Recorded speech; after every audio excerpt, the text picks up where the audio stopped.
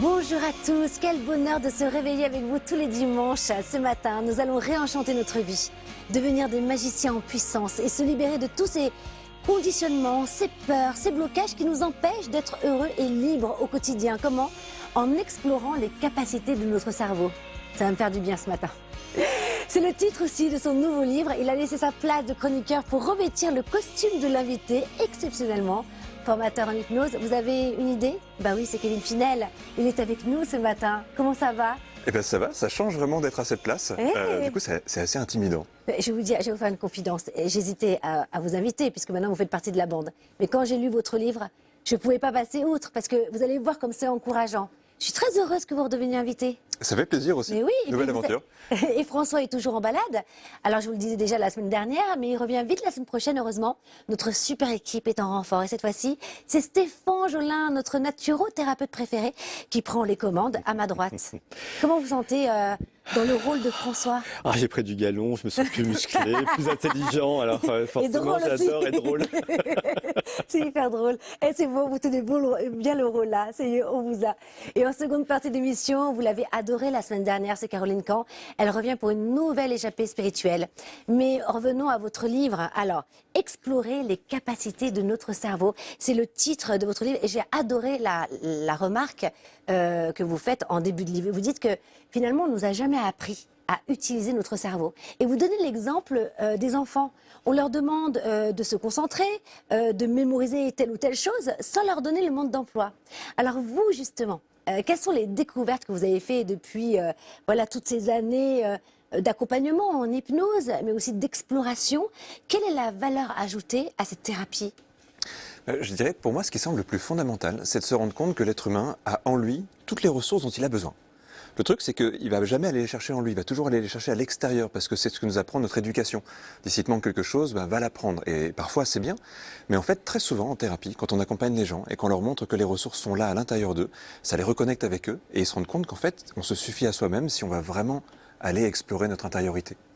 Mais lorsqu'on parle de justement on n'apprend pas aux enfants à utiliser leur cerveau, ça veut dire que on pourrait ramener ça dans l'éducation, vous pensez nationale? Ah mais complètement. Il est vraiment temps, on pourrait utiliser l'auto-hypnose pour... Le problème de l'auto-hypnose, c'est que le mot fait encore un peu peur. Mais en tout cas, les techniques qui sont derrière, on pourrait les utiliser. Il faut presque dissocier du mot quelquefois. Mais c'est vrai qu'un enfant, par exemple, quand on lui dit concentre-toi, et qu'il se dit mais qu'est-ce que je dois faire exactement? Il n'y a personne qui est capable de lui répondre. Je pense que si un enfant demande à l'enseignant, par exemple, qui lui dit concentre-toi, mais comment je dois faire précisément, l'enseignant, il va être un petit peu mal à l'aise aussi, parce que lui-même ne sait pas comment il fait pour se concentrer. Quelquefois, on y arrive, mais c'est hyper empirique, en fait. Ou alors, on a des idées toutes faites autour de ça. Je vais prendre un autre exemple, c'est la mémoire. Il y a plein de gens qui pensent avoir des problèmes de mémoire. Mais en fait, quand on teste vraiment la capacité d'apprentissage des gens, la capacité moyenne est souvent bien supérieure à ce que les gens imaginent. Par exemple, quand on est devant quelque chose qui nous passionne, on apprend vite, tous. Donc c'est pas un problème d'apprentissage, c'est un problème de savoir créer la bonne capacité, de la trouver au bon moment. Si la capacité est là pour apprendre un truc qui nous passionne, on devrait la transposer dans un autre apprentissage. Et d'ailleurs, je vais faire une petite parenthèse, parce que là, il y a eu un accident qui a été fait, parce que vous parlez justement de l'auto-hypnose, ça fait encore peur aux gens, ce mot hypnose, auto-hypnose. Je pense que c'est important aussi que vous expliquiez bien la différence entre l'hypnose de spectacle, où là, il y a eu un accident d'ailleurs. Tout à fait. Il y a quelques jours, je crois que c'était, comment s'appelle-t-il, Mesmer, qui demandait justement à quelqu'un de se mettre dans la peau d'un joueur de hard rock, je crois, de musicien. Et en fait, il est tombé sur scène parce qu'il était tellement à fond, c'est pas drôle. Mais en fait, du coup, il était tellement dans son rôle qu'il est tombé et il s'est cassé, je crois, la clavicule. Et je pense que c'est vraiment deux choses, thérapeutique et spectacle. Oui, en fait. Et puis l'hypnose de spectacle n'est pas vraiment de l'hypnose, au fond. On va jouer un jeu très hystérisé et les gens vont jouer le jeu. Et au bout d'un moment, un peu comme s'ils étaient ivres de ce jeu-là, ils vont partir dans des exagérations. Mais en fait, l'hypnose, réellement, c'est autre chose. Ça n'a rien à voir avec ça. C'est un moment où on vient se reconnecter à l'essentiel, en fait, l'hypnose. On n'est pas du tout dans un truc démonstratif ou fait pour faire rire les gens. Souvent, l'hypnose de spectacle vient ridiculiser des gens sur scène, là où l'hypnose, normalement, ramène les gens à l'essentiel. Et en fait, quand on est accompagnant, quand on est thérapeute, on ne veut pas que les gens vivent des trucs extraordinaires, on veut que les gens reviennent vers leur intériorité, la compréhension d'eux-mêmes, la connaissance d'eux-mêmes. C'est pour les aider, normalement, qu'on fait ça. Devenir authentique. Et est-ce que c'est dangereux, l'hypnose de spectacle, alors? Pour tous ceux qui... Parce que c'est vrai que beaucoup sont très attirés encore aujourd'hui. Ça va être le moment colère, en fait. Moi, je suis contre l'hypnose de spectacle telle qu'elle est pratiquée aujourd'hui. Je pense qu'il y aurait des manières intelligentes de faire de l'hypnose de spectacle. Mais vous ne pouvez pas de partout, c'est ça? J'aimerais beaucoup, mais non, mais il y a des idées, il y a des choses qu'on pourrait faire. Mais aujourd'hui, on a l'impression que l'hypnose de spectacle, c'est juste fait pour ridiculiser des gens. Et c'est pas que c'est dangereux au fond. C'est simplement que les personnes qui font ça ne se rendent pas compte qu'elles ont un impact sur les gens. Par exemple, il y a eu un numéro il y a quelques années de cette personne que vous citez tout à l'heure où il tuait des gens sur scène. On est en train de lui faire une pub. Non, mais c'est terrible parce qu'il disait avec un pistolet imaginaire et les gens tombaient. Moi, j'ai des gens qui m'ont contacté après ça en me disant mais pendant une fraction de seconde j'y ai cru, je me sens pas bien depuis. Donc en fait, ce qui est dommage, c'est de mettre ça en scène.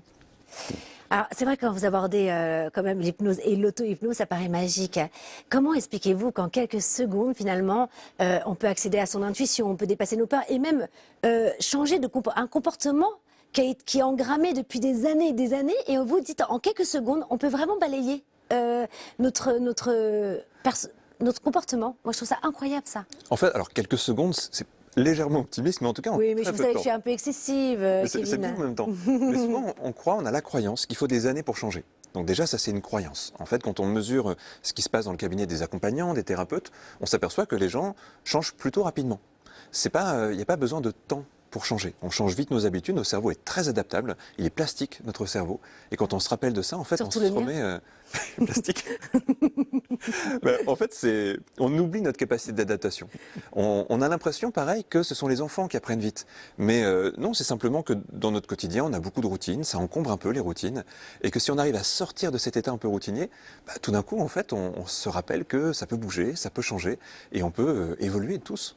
Vous avez déjà testé l'auto-hypnose ou l'hypnose? Non, c'est vrai que... On a l'impression que vous êtes toujours en fait sous hypnose. Je décide de le prendre bien. Parfois, il y a des gens qu'on met sous hypnose, d'autres qu'on fait sortir de l'état d'hypnose. Non mais plus sérieusement, je vous taquine. Non, en fait, c'est vrai que je connais mal l'hypnose et l'auto-hypnose, et grâce à Kevin, je suis dans cet apprentissage parce qu'il y a quelque chose où j'ai du mal à m'abandonner. Et jusqu'à maintenant, ça me faisait peur, en fait. Et pourtant, la prière, je sais que vous priez. Est-ce que ça ressemble un peu à l'auto-hypnose? Parce que c'est aussi un état modifié de conscience, finalement, quand on prie. Exactement. En la fait, méditation. On a la croyance que c'est un abandon. Alors qu'en fait, c'est plutôt se déconnecter du superflu pour aller à l'essentiel. Et au fond, c'est un état de conscience modifié. Donc, que ce soit la prière, la méditation, l'auto-hypnose, l'hypnose, ce sont des états qui sont assez proches. Il y a des petites spécificités, mais pour la plupart des gens qui découvriraient ça, je pense qu'ils ne feraient pas tout de suite la différence. Dans tous les cas, on a l'impression en fait de se couper un peu du monde extérieur. De se retrouver connecté à nos émotions, à notre corps par exemple, à nos sensations. Et on est beaucoup plus lucide sur nous-mêmes dans cet état-là. Et c'est ça qui le rend thérapeutique notamment, c'est que les gens arrivent à comprendre des choses d'eux-mêmes qui leur échappent d'habitude. Donc c'est plutôt un gain en compréhension et en lucidité qu'un abandon où on pourrait être soumis à une manipulation par exemple. Alors ce livre-là, Explorer les capacités de notre cerveau, c'est 45 expériences. On pourrait dire exercice, mais j'aime bien le mot expérience. Parce qu'on plonge finalement dans une expérience personnelle, dans notre intériorité, comme vous le disiez. Alors c'est génial, hein, parce qu'il y a plein d'exercices, bien sûr j'en ai pioché, on va les faire tout à l'heure, c'est formidable. Mais avant cela, j'aimerais vous poser une question par rapport, et peut-être qui va intéresser les parents aussi. Est-ce qu'on peut se servir de l'auto-hypnose comme outil pour aider les enfants? Je pense même que c'est vraiment essentiel. Moi, je conseille à tous les gens qui apprennent l'auto-hypnose pour eux ou qui pratiquent l'hypnose pour eux de le transmettre.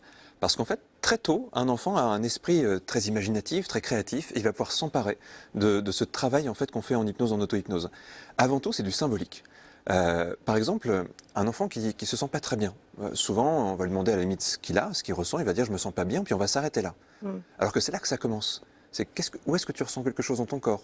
Faire prendre conscience qu'une émotion, ça a un emplacement, ça a un poids, ça a une couleur. Faire prendre conscience que ça bouge parfois une émotion. Si on aide un enfant à mettre des mots sur ses émotions, il les gère beaucoup, beaucoup mieux. Mais alors, votre livre s'adresse aux parents pour les enfants aussi? Est-ce qu'ils peuvent trouver des outils qui pourraient les aider à accompagner leurs enfants? En fait, le livre, au fond, s'adresse à tout le monde, sauf qu'un enfant seul, il va avoir du mal à l'utiliser. Par contre, si des parents commence à pratiquer ces expériences-là et aide des enfants à le faire, un enfant de 7-8 ans peut commencer à vraiment s'amuser avec. Et en plus, le faire en famille, c'est assez génial au fond, parce qu'on apprend des choses sur soi, on communique mieux sur ce qu'on vit, et un enfant va grandir avec des idées beaucoup plus claires sur ce qui se passe à l'intérieur de lui. Alors, comment expliquez-vous? Et je pense que ça, c'est intéressant, parce qu'on est toujours plein de bonnes intentions. Par exemple, moi, je me suis dit, allez, je me mets vraiment à l'auto-hypnose et j'ai essayé des exercices, mais c'est vrai que c'est difficile de garder ces intentions positives, ces objectifs à long terme. Sur le moment présent, on est plein voilà, d'objectifs et c'est difficile de garder, de verrouiller cette détermination au fond de notre vie. Comment faire pour déjà commencer peut-être le livre, d'ailleurs? Déjà. Hein? Alors après, on peut se mettre... Il y a plein de choses à dire autour de ça. La première chose, c'est déjà que c'est naturel, ce que vous dites là, c'est qu'au fond, notre cerveau, il est conçu pour le court terme. En fait, à la base, il y a quelques milliers d'années encore, mais c'est une toute petite fraction de notre évolution. On était encore des animaux quelque part dans la nature, et ce qu'il fallait, c'est manger, dormir en fait. Donc c'était le soir, il n'y a pas de vision de long terme. Et là, dans nos sociétés modernes, on commence... C'est de la survie, finalement. Exactement, oui. On est conçu pour ça. On est conçu pour survivre. Par contre, là, depuis quelques milliers d'années, ça s'est un peu complexifié. Mais notre cerveau ne va pas forcément penser à dans 10 ans, dans 20 ans, dans 30 ans. C'est à nous de l'éduquer. On le voit par exemple sur les problèmes d'écologie. Tous les gens sont convaincus qu'il faut changer des comportements, mais de là à le faire en pensant aux générations qui viennent, on le comprend intellectuellement, mais le traduire dans le corps par une habitude, c'est autre chose. C'est vrai. Et en fait, ce qui est intéressant avec l'hypnose, c'est que ça va travailler notamment sur la question du conditionnement ou déconditionnement. On peut se déconditionner de mauvaises habitudes, c'est pour ça par exemple que l'hypnose est très connue pour les addictions, mais on peut aussi assez facilement enregistrer une nouvelle habitude et faire en sorte qu'elle devienne si spontanée, si naturelle qu'on n'a pas l'impression de faire un effort. Parce que dès qu'on fait un effort, on va se couper un petit peu de la régularité. Donc on va recréer de la vision à long terme pour nous motiver. Par exemple, je sais que là je suis en train de faire quelque chose, pas seulement pour maintenant, mais pour dans 10 ans, 20 ans, 30 ans. Et donc ça me crée une vraie envie de prendre soin de moi, par exemple. Et puis on va se mettre en place une routine, et là le changement il va commencer à s'installer. Alors Kevin, j'ai une question à vous poser. Enfin non, c'est pas moi qui vais vous poser la question, parce qu'on retrouve plein d'exercices aussi dans votre livre, je le disais il y a quelques instants. Et c'est Richelli, il est brésilien, il adore l'émission. Comme quoi ça dépasse les frontières, cette émission. Écoutez-le. Coucou Karine, ça va? Tu vas bien? Tudo bem? Karine, j'ai appris qu'auto-hypnose pouvait soulager et poser les problèmes physiques. C'est vraiment possible ça? Explique-moi, s'il te plaît. Et je voulais te dire que j'adore ton programme. Tu es vraiment quelqu'un spécial. Et je voulais te dire que tous les Brésiliens t'aiment aussi, hein? Un gros bisou pour toi. Ciao! Il est génial! Je ris parce que je suis pas sûr d'avoir compris la question en fait. Ah bon? Je vais la traduire. Non mais c'est un soleil, merci Richelli. Franchement c'est formidable, non? Merci de nous suivre et bonjour à tous les Brésiliens. Alors, si j'ai bien compris la question... Vous n'êtes pas sûr non plus, en fait. Si on pouvait apaiser une douleur avec la hypnose. Ben, merci pour la traduction. Alors, du coup, je n'avais pas du tout compris ça. Vous avez compris quoi? En fait, pas grand-chose. J'ai compris physique à un moment donné. Je me suis dit, tiens, est-ce qu'on peut se transformer avec l'auto-hypnose? Par rapport aux douleurs, c'est un thème qui est passionnant.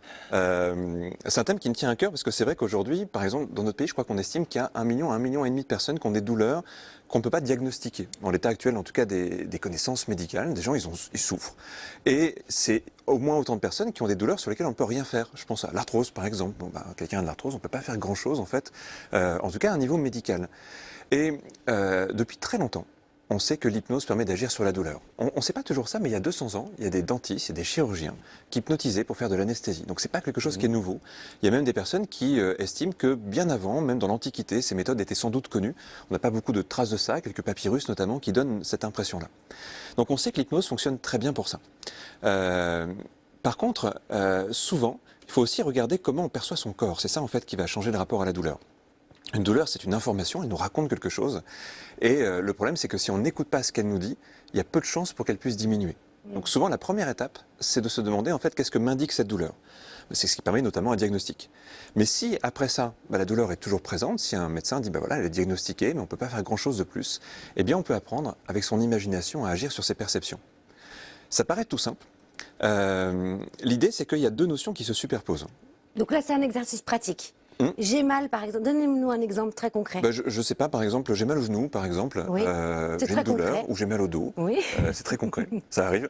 Eh bien, en fait, il y a une première chose, c'est qu'on va se rappeler que ce qu'on ressent avant tout, c'est pas seulement notre corps physique, c'est notre corps imaginaire. Ce que les gens qui s'intéressent à l'hypnose ont remarqué, c'est qu'en fait, ce qui fait que l'hypnose permet l'anesthésie, c'est qu'on peut apprendre à quelqu'un à découpler son corps physique et son corps imaginaire. On le sait, par exemple, si je suis absorbé dans un film, au point de ne plus vraiment être sur ma chaise ou sur mon siège de cinéma, eh bien, je vais moins sentir ma douleur. On va souvent dire qu'on est diverti. Mais en fait, ce qui se passe, c'est qu'on commence à rentrer dans une imagination. Par exemple, on rentre dans l'histoire, on devient un peu plus proche des comédiens qui jouent dans le film ou quelque chose comme ça. Et donc, on se coupe de notre corps physique. Et en fait, Et ça peut annihiler la douleur, de se couper du corps physique. le principe que je vous donne là, c'est celui qui est notamment utilisé pour les opérations sous hypnose. Par contre, ça demande un petit apprentissage. Souvent, il y a un petit entraînement. Donc, par Et mais exemple, d'ailleurs, ceux qui marchent sur les braises, c'est un peu ça finalement. alors ça doit Est-ce jouer, que j'imagine. ça doit jouer. J'imagine, je n'ai jamais encore testé, je dois tester bientôt, donc je vrai vous raconterai. Ah ben, il faudrait Mais, raconter ça. mais je ne sais pas comment ça fonctionne pour l'instant. Par contre, ce qu'on peut imaginer, c'est qu'on va se dissocier de son corps. Par D'accord. exemple, si vous vous imaginez, vous êtes dans un autre endroit, que cet endroit, vous commencez à le ressentir, à marcher dedans, à toucher des choses dedans. C'est-à-dire que Alors, vous attendez, commencez... Kevin, très concrètement, j'ai Oui. mal au dos. Voilà. Dites-moi, allez, pratique. Bah, Vous avez mal au dos, qu'est-ce que je fais?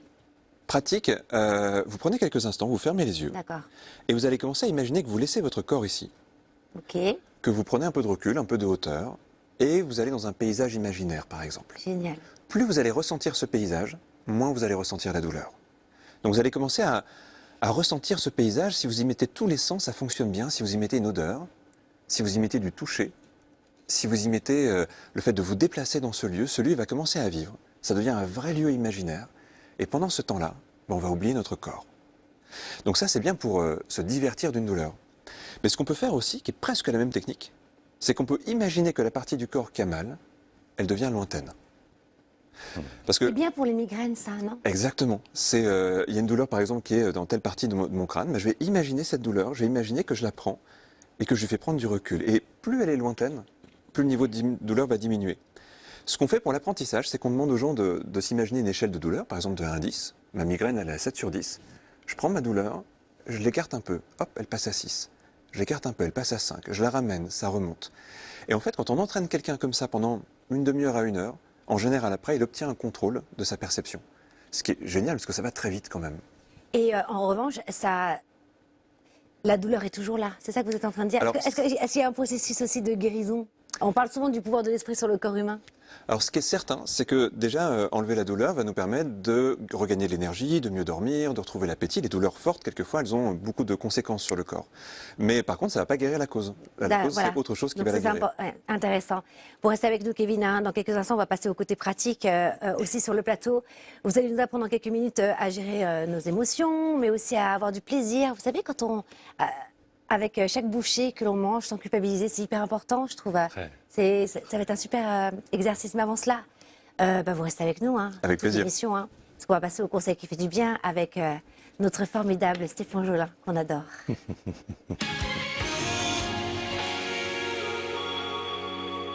Alors aujourd'hui, vous êtes notre petit fenouil adoré. Ah J'adore votre fenouil adoré parce que j'adore ce fenouil et notamment en huile essentielle. D'abord en mythologie, il était considéré comme la résurrection. Donc déjà rien que pour ça, on C'est l'aime. vrai, c'est Ouais. beau. Les dieux prenaient ça comme un élixir de jouvence. Ils le prenaient également comme un serpent, c'est-à-dire que plus on prend ce fenouil, plus on mue de peau pour rajeunir celle-ci. Donc on Wow. aime aussi ça beaucoup. Mais elle a cet impact également sur procurer une deuxième vue. Peut-être Là, un vous parlez de instinct. l'huile essentielle de fenouil ou De ou l'huile le fenouil en essentielle général? de feu. Oui, alors effectivement, le légume en lui-même déjà procure ses vertus. Mm. L'huile essentielle va certainement les décupler par sa concentration effectivement de molécules agissant sur notre cerveau reptilien.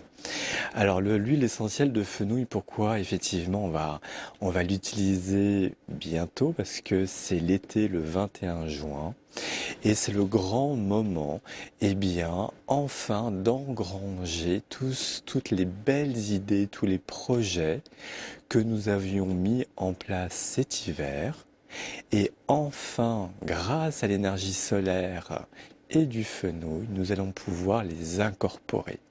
Alors c'est très important, c'est tous ces mois d'hiver enfin récompensés grâce au soleil et avec une petite aide du fenouil. Mais le fenouil également, il va avoir une autre particularité biochimique cette fois-ci, parce que en été, nous avons certains organes, la rate, la vésicule biliaire et l'intestin, qui sont un petit peu au ralenti l'été. Donc, il faut les aider à accélérer, les redynamiser avec l'huile essentielle de fenouil. Très simple, on respire. Alors c'est vrai, la posologie, alors. Et voilà, on la respire matin et soir. C'est exactement ça, c'est mon concentré de fenouil j'ai jamais senti d'huile de fenouil. Ça a un goût entre l'anis et une herbe, une racine. C'est à la fois on sent la terre un peu. Et on sent la terre. Ça, hein? Tout de suite, ça ancre. Ah, c'est ça. Je l'inhale matin et soir? Exactement, vous allez pouvoir l'inhaler matin et soir. C'est tout aussi efficace. Sur la peau? Vous pouvez. Sur la peau, alors toujours une petite mesure de précaution. La veille, on teste une petite goutte sur son poignet. Si on n'est pas allergique, on peut effectivement continuer à en mettre une petite goutte sur son poignet ou son plexus solaire ou une petite goutte sur la nuque. Moi, j'aime énormément également l'incorporer, mais là, il faut faire attention dans sa nourriture parce que ou ça peut sublimer un plat. L'huile essentielle dans la nourriture. Exactement, mais par exemple, dans une sauce à la tomate, c'est génial et toute la famille en bénéficie ainsi. Alors, donc je fais une sauce aux tomates. Vous faites une sauce à la tomate pour vos pâtes, pour votre riz, etc. Et je mets combien de gouttes? Et vous mettez une goutte par personne. Donc, ça veut dire que si vous êtes 4, vous mettez 4 gouttes dans votre il n'y a aucune contre-indication? C'est-à-dire que personne n'est allergique à l'huile essentielle de fenouil? Alors, comme toutes les huiles essentielles, il y a toujours un risque. Alors, peut-être, faites un petit test sur le poignet la veille, toujours, avant d'en donner à votre famille ou à vos enfants. Mais si tout se passe bien, allez-y du 21 juin jusqu'au 21 juillet. Et comme ça, toute la famille va pouvoir explorer ces rayons lumineux et ses désirs profonds. Donc, vous êtes en train de nous dire qu'en inhalant juste matin et soir, ça peut vraiment travailler sur la rate, les intestins, sur notre humeur. Oui. C'est extraordinaire quand même. Vous utilisez les huiles essentielles, Kevin? Alors très peu, mais j'ai envie de manger du fenouil après ce... D'ailleurs, en parlant de ça, mais oui, forcément, là c'est le moment de manger plein de fenouil. Alors ça va être le moment bientôt de manger du fenouil, surtout que, on les récolte dans notre merveilleuse région qui est la Drôme. Alors il faut en profiter. Merci Stéphane. Alors, peut-être un autre exercice, comme on a encore un petit peu de temps en première partie. Avec plaisir. Alors, on parlait justement du fenouil, mais aussi le plaisir de retrouver sans culpabiliser, de manger sans culpabiliser. Parce que ensemble, on a déjà abordé les compulsions, mais jamais le plaisir de chaque bouchée. Parce que finalement, et je pense que vous êtes d'accord avec moi, c'est qu'on est plein de bonnes intentions, et puis dès qu'on arrive au restaurant ou dans un supermarché, on va aller tout de suite vers ce qui est peut-être plus gras ou trop sucré.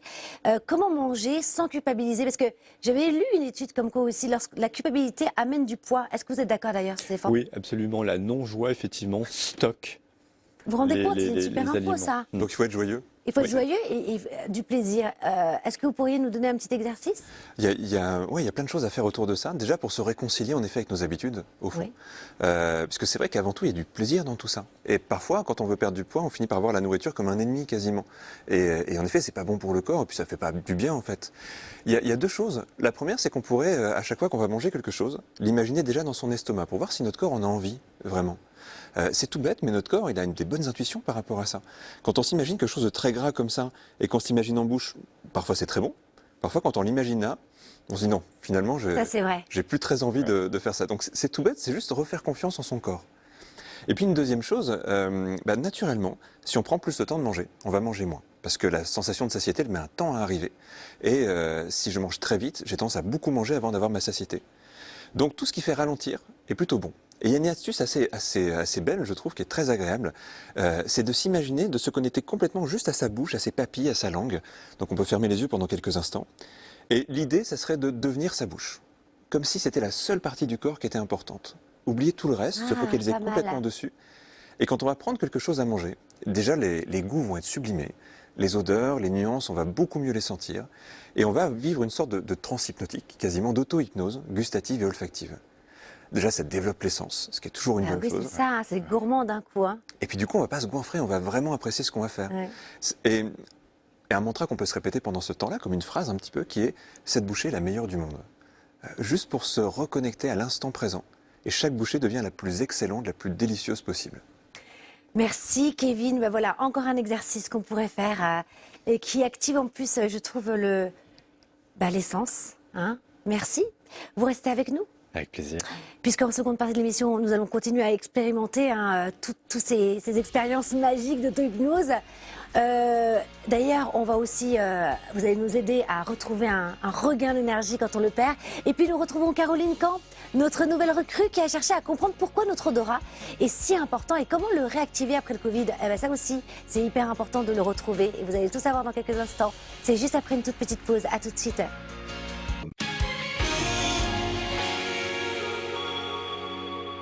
Bienvenue dans le MAC qui fait du bien. Merci à tous ceux qui nous ont rejoints ce matin. Notre invité est bien connu de l'émission. Son livre nous invite à explorer les capacités de notre cerveau. Pas facile hein, le matin, le dimanche matin, pour dépasser nos soucis du quotidien et déployer notre plein potentiel. Formateur en hypnose, Kevin Finel est avec nous. On aime bien vous avoir aussi en invité. Finalement, c'est toute la bande qui est là ce matin. C'est super agréable d'être dans cette position. Et puis à ma droite, une douce odeur d'huile essentielle de fenouil. Stéphane Jolin, notre chroniqueur, voilà, qui est un petit peu... on ne peut pas remplacer François. Non. Mais qui a la place de François aujourd'hui, on peut dire ça. Et Caroline Camp, ravie de vous revoir. Ravie, pardon. Alors, oui, ravie. Pardon, en fait, vous c'est un nouveau habitez mot sur le plateau. Oui, je vis ici et donc voilà. Alors, aujourd'hui, qu'est-ce qu'on va apprendre avec vous? Aujourd'hui, on va parler des personnes qui ont des troubles de l'odorat et comment réussir à le restimuler et le récupérer. Mais oui, parce que c'est hyper important, on en parlera tout à l'heure, mais finalement, souvent, beaucoup de gens l'ont perdu avec le Covid. Et finalement, c'est un sens essentiel. Absolument. Donc, ça sera pour la seconde partie de l'émission. Mais avant cela, on était avec vous. Explorer les capacités de notre cerveau, c'est le titre de votre tout nouveau livre. On retrouve 40 exercices, 40 expériences où on explore finalement l'auto-hypnose sur différents sujets. Alors, j'en ai sélectionné un dernier. Alors, vous allez nous aider. Parce que je trouve ça génial quand même. Avec l'auto-hypnose, on peut avoir un regain d'énergie, retrouver notre force vitale. On peut la perdre dans la journée. Vous dites d'ailleurs dans votre livre qu'il y a des facteurs extérieurs comme le ciel gris, fait qu'on peut baisser notre force vitale, ou encore les tâches répétitives aussi. Exactement. Ça aussi, ça fait baisser notre force vitale. Qu'est-ce qu'il y a encore? Les émotions, souvent par exemple, oui, si on a forcément. pris des émotions de personnes qui ne sont pas de bonne humeur autour de nous, qui sont un peu déprimées, parfois ça nous prend un petit peu notre énergie et on peut se sentir vidé. Je ne sais pas si ça vous arrive parfois de vous dire là, je me sens un peu vidé, je ne sais pas pourquoi, j'ai bien dormi, mais parce que j'ai côtoyé peut-être des personnes qui ont pris un peu de cette belle énergie. Et là, vous avez un exercice implacable. Moi, je l'ai fait, je l'ai trouvé génial. Vous nous le faites, vous nous montrez comment ça marche? Eh ben, on peut le faire tous ensemble. Allez. Alors, si vous avez déjà beaucoup d'énergie, ça risque d'être intense pour la fin de l'émission. Déjà, la première chose... Stéphane, vous allez le faire tout seul? Oui. J'adore vous taquiner parce que je vous adore, vous le savez. Non, mais j'ai dit que je le prendrais de toute façon. Double dose. Double dose. Mais c'est vrai que pour moi, dans l'idée de transmettre des expériences, il faut qu'elles soient simples, qu'elles soient agréables, qu'elles soient amusantes même, parce que je pense qu'on se les approprie si elles sont amusantes. Et j'aime bien passer par des choses qui sont un petit peu visuelles. Ce que je vous propose, c'est déjà, si vous fermez les yeux pendant quelques instants, de percevoir, par exemple, si vous pensez à votre journée, est-ce que vous avez l'impression qu'il y a des fuites d'énergie quelque part? Ah, pas mal, ouais. Par exemple, s'il y a eu des petites contrariétés, s'il y a eu des choses qui ne sont pas passées comme prévu, s'il y a eu quelqu'un qui vous a regardé un peu bizarrement, ou quelque chose qui ne s'est pas passé comme vous l'auriez aimé, pensez à ça et visualisez comme des fuites, comme s'il y avait des trous dans une plomberie, quelque chose comme ça. Et là, on fait ça? Et on essaye de se Le bouger. problème, c'est qu'au bout d'un moment, ça... Et tout doucement, vous allez imaginer qu'en fait, vous venez créer une bulle autour de vous. Une bulle qui va vous couper un peu du monde extérieur, qui va vous protéger. Et vous allez imaginer que ça vient déjà colmater les fuites. Elle a une couleur ou pas, la bulle? On peut la mettre en couleur. S'il y a une couleur qui vous plaît, s'il y a une couleur qui vous parle, Vous pouvez la visualiser. En fait, c'est vrai, quand on rajoute des petits détails comme une couleur, une forme, ça vient amplifier la visualisation et du coup, on le vit un peu mieux. Puis après, je vais vous demander, intuitivement comme ça, où est-ce que vous avez besoin d'énergie? C'est très symbolique. Est-ce que c'est au niveau de la tête, du cœur ou plutôt du ventre? On dit souvent qu'on a 3 centres mentaux, plutôt au niveau de l'émotion ou plutôt au niveau des instincts. Le ventre, c'est plutôt les instincts. Ok. Là, intuitivement, c'est où vous auriez besoin d'avoir un peu plus d'énergie? Stéphane. Moi, du cœur. Moi aussi, c'est là, plexus solaire. Ouais. Ok. Ouais, le cœur aussi. D'accord, bah, du coup, on, On est est bien malade. synchronisés. Non, non. Non, mais c'est C'est la intéressant parce tension, que, non? pas Non. forcément, ça peut être plein de choses, ça peut être plein de situations, ça peut être des étapes de vie, ça peut être tout ça. C'est intéressant parce que c'est pas du tout la même énergie. L'énergie mentale, elle est très dans le faire, elle est très dans le fabriquer, dans la volonté. L'énergie du cœur, elle est beaucoup plus dans le contact, dans Ça le fait fait 3 d'être heures en que j'ai lien. les yeux fermés, pardon. Dormez. Et puis l'énergie instinctive, c'est celle qui nous donne un moteur parfois dans notre vie.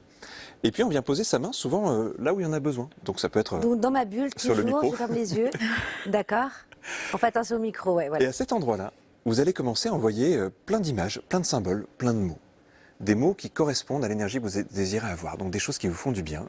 Ça peut être de visages de personnes que vous aimez, ça peut être des lieux qui vous plaisent, ça peut être des mots que vous aimez entendre, ça peut être des musiques qui font du bien. C'est comme si vous faisiez une sorte de melting pot comme ça, de plein d'émotions, de sensations, de symboles.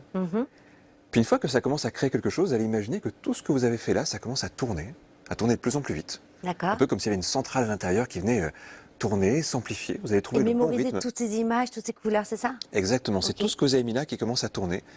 Et au fur et à mesure que vous allez accélérer, et accélérer de plus en plus, il y a l'énergie qui va commencer à grandir. Toujours avec la main? Alors on peut le faire avec la main, on peut juste le faire en imagination. D'accord. La main, ça sert vraiment à se connecter à la bonne partie du corps. Pour les gens qui D'accord. sont un peu moins dans leur corps, le fait d'avoir un contact, un autocontact, ça aide à se focaliser, en quelque sorte. Et on peut se faire ça pendant 2-3 minutes. À la fin, on a une montée d'énergie. Waouh. Et comment vous l'expliquez? En fait, finalement, ça serait toutes ces belles images, ces couleurs qui redonnent un regain d'énergie. Exactement. Déjà, le fait de les percevoir en soi et pas à l'extérieur. Souvent, quand on visualise, c'est à l'extérieur. Donc, le corps n'est pas concerné. Si on trouve la bonne localisation dans le corps et qu'on l'imagine à l'intérieur, ça nous active dans notre ressenti. Puis après, une image, ça crée une émotion. En fait, on est très lié émotionnellement à ce qu'on pense, à ce qu'on imagine, à ce qu'on visualise. Donc, si on commence à rassembler plein de choses qui nous font du bien et en faire une sorte de boule, en fait, un concentré de plein de choses qui nous font du bien, le corps comprend ce qu'on veut. Le corps nous donne, en quelque part, la bonne sensation. C'est génial tout ce que vous dites, hein. Votre fille, ça doit être génial avec elle, non? Parce que vous devez dû lui apprendre. Alors, elle est encore petit. petite, mais tout Oui, doucement. c'est vrai que c'est encore un bébé, mais vous allez pouvoir. Vous êtes un super papa. Ah oui, c'est sûr. Merci. Alors, Ben, merci. découvrez les capacités de notre cerveau. Explorez, pardon. Explorer. C'est le titre de votre livre. Voilà. Avec l'auto-hypnose. Avec l'auto-hypnose, 45 expériences. Merci Kevin, vous restez avec nous. Et puis c'est le moment que vous attendez tous depuis le début de l'émission, c'est de retrouver notre charmante, drôle et pétillante Caroline Camp. Et c'est J'ai testé pour vous.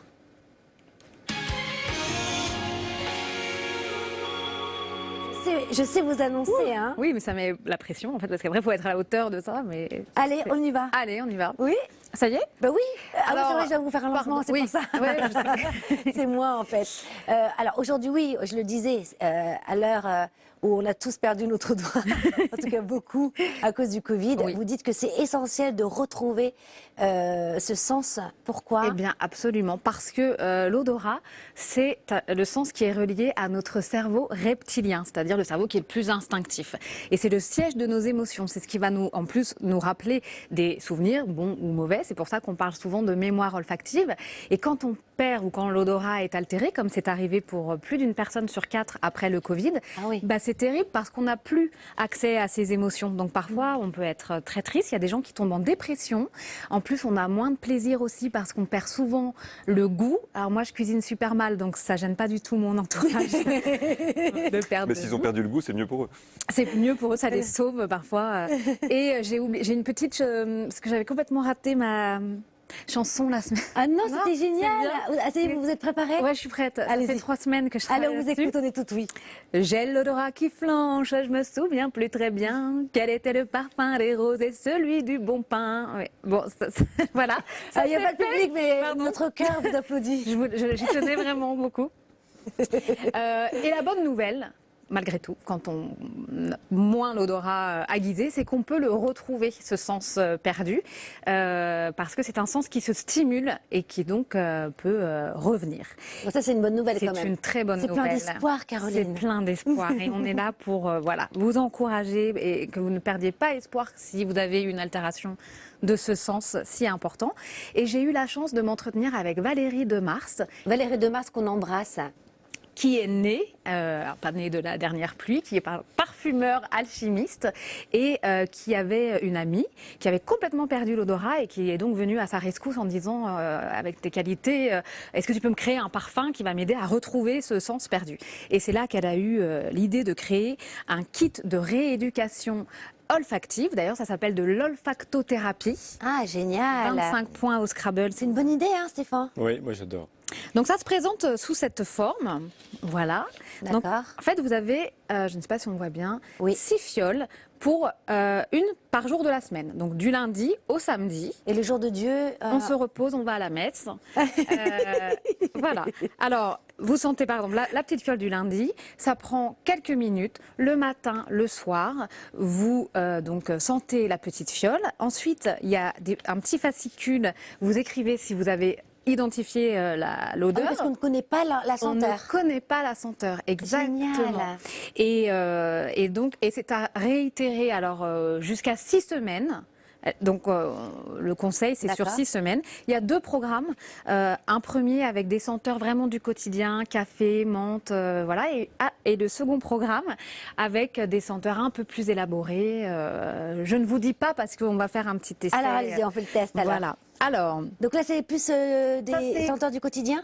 là, je suis partie sur les senteurs un peu plus élaborées, mais je pense D'accord. que tout le monde. Voilà, Ah bah, je pense vous que- nous mettez la pression, Alors, là. attendez, je mets le. Alors, Ou non, on va le faire directement. Ah oui, si vous voulez. Ça va être Ce n'est plus pas un simple. test PCR, vous avez raison. Faut pas confondre.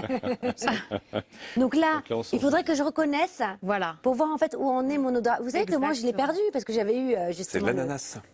Non. Pas du tout, Alors, non, là, je plaisante. on va vous laisser le. Je pense savoir ce que c'est, mais je ne vais pas le dévoiler. Alors, attendez. C'est jeudi en plus. Alors déjà, je le sens, c'est bon Ah, c'est signe. très bon signe. Je le sens. C'est très bon signe. Ça me dit quelque chose. Ah, c'est la rose. C'est joli, c'est de la Bravo. rose. Oui, c'est de la Ah oui, rose, la oui. rose, Bravo, mais la bien rose. sûr. Et la rose. C'est une rose française. Oh là là, précis. c'est fort. Bah oui, c'est un nez. Bah d'ailleurs, vous créez des parfums vous aussi, Stéphane. Ouais. Des parfums vibratoires. Elle vient du sud-ouest, non C'est pas du jardin de Mère Teresa? Mais bravo. Et alors, la rose, ça éveille l'amour inconditionnel dans les émotions. C'est joli. Bah voilà, vous voyez, poétique. c'est ce que j'ai ressenti. Magnifique. Donc là, maintenant que j'ai senti, est-ce que le lendemain, je vais prendre une autre senteur? Une autre senteur. Et est-ce que je reviens sur Mère Teresa? Mère Teresa. lundi, tous les lundis. Qui est-elle? la senteur de la rouge, tous les lundis, je Voilà, la vous ressens. refaites, voilà, exactement. Et les 6 jours de la semaine et vous recommencez comme ça jusqu'à 6 semaines. Si vous retrouvez l'odorat avant, bah, c'est parfait. Et il y a eu des résultats très probants? Alors, il y a un exemple que je trouve très joli d'une femme qui avait perdu l'odorat depuis près de 10 mois. Et au bout de 2 semaines de rééducation olfactive, elle a dit « Je suis tellement heureuse, je retrouve l'odeur de mes enfants ». Alors j'espère qu'ils sentaient bon, mais je trouvais que l'histoire était très jolie. C'est joli. Elle ne Ah, lavait plus ses enfants depuis 10 mois parce qu'elle commençait à sentir. Et voilà, vraiment, je le recommande. Alors aussi, c'est très amusant à faire avec vos enfants parce que ça éveille aussi voilà, un sens qui était un peu oublié finalement, le Covid. On s'est un peu plus intéressé à ce sens-là. C'est vrai, quand on va chez le médecin, on va tester sa vue, son audition, mais jamais l'odorat. Et en fait, c'est vraiment un sens qui mérite d'être aiguisé. Et avec vos enfants, bah, ça en fera peut-être de futurs nez. Enfin, de futurs. Stéphane, alors, c'est votre spécialité finalement, l'odorat. Vous travaillez beaucoup sur les huiles essentielles en tant que naturopathe. Oui, je travaille beaucoup avec les huiles essentielles. Alors, par contre, moi, je les alchimise plus dans une fonction vibratoire que pour faire un parfum voluptueux qui serait une exquise, une œuvre d'art à porter. Moi, mon but, il est plus en fait dans la vibration. Mais c'est vrai que le sens olfactif, il est primordial parce qu'il va vous permettre de mettre des mots sur des émotions, sur des couleurs, sur des paysages, sur des plats, sur des souvenirs. Alors, c'est quand même magique lorsqu'on va pouvoir l'associer à un mot et une odeur. Ça reste à vie, ça, après. Et même, vous qui êtes expert en alimentation, le fait de perdre l'odorat et de manger, est-ce que ça peut provoquer un dysfonctionnement aussi au niveau voilà, de la digestion, parce que finalement, est-ce que ça n'a pas un impact lorsqu'on perd un sens sur tous les autres Très probablement, parce que sens et ça va. l'organisme? Très probablement, parce que c'est vrai que c'est d'abord les sucs digestifs, la salive qui va reconnaître l'aliment que l'on met dans la bouche. Et c'est là où je rejoins Kevin. Plus l'on mâche, mieux c'est. Mais bien évidemment, l'information, vous allez moins l'identifier. Alors, oui, je crois que. Et ça prévient du danger aussi. On va sentir une odeur de brûlé. Enfin, c'est vraiment essentiel. Donc voilà, la bonne nouvelle. Les émotions aussi ont une odeur. Et les émotions. Dans l'interaction, c'est intéressant. Bon, on est tous d'accord pour dire que c'est important quand même de retrouver son odorat. Hein. Merci Caroline, c'était super. Avec plaisir. Hein, alors, la tradition, vous la connaissez, hein, tous les trois dans l'émission. C'est bien sûr un téléspectateur qui nous envoie sa petite phrase qui fait du bien. Vous mettez le nom de l'auteur, votre prénom, votre région. Et à Sarah, peut-être tirée au sort et on la lira sur le plateau. Allez, Caroline. Merci. Allez, un pour Stéphane, alors. Hop. J'ai pioché pour vous, Stéphane. M'en voudrez pas. Allez, Attention, Kevin. la responsabilité. Alors, c'est une phrase d'Alphonse de Lamartine, envoyée par Philippe de Paris, et qui dit « La nature est là qui t'invite et qui t'aime, plonge-toi en son sein, qu'elle t'ouvre toujours. » Magnifique. Merci, Kevin. Alors moi, c'est une phrase d'Honoré de Balzac, envoyée par Christophe de Bretagne, qui dit « Croyez-le, le véritable amour est éternel, infini, toujours semblable à lui-même, il est égal et pur, sans démonstration violente, il se voit en cheveux blancs, toujours jeune de cœur. » Magnifique. Bravo. Merci. Ouvrir les yeux est un antidote au désespoir. De Sylvain Tesson, envoyé par Aurélien des Cévennes. Merci. Vous avez dit le nom de la personne qui venait. Hein, c'est bon. Oui. J'ai un trou de mémoire. Christophe de Bretagne. Ah, super. Merci, Christophe. Le bonheur, c'est de continuer à désirer ce que l'on possède. Oh, ça, c'est très, très beau. Hein. Et bon, on va se laisser sur cette belle phrase de Saint-Augustin. Et c'est envoyé par Pablo d'Orléans, qu'on embrasse. Merci à tous les trois. C'était formidable de vous avoir tous ensemble. Nous, on se retrouve... bon week-end de la Pentecôte déjà, on se retrouve la semaine prochaine, même jour, même heure. Et puis d'ici là, faites-vous du bien, beaucoup, beaucoup de bien. Je crois que là, il y a la messe qui va arriver, c'est génial de finir. Et ça enchaîne avec la messe sur C8 aussi. On adore. Hein, On adore. je vous embrasse. À bientôt. À bientôt. Merci. À bientôt. Et ben voilà, ça y est, c'est dans la boîte.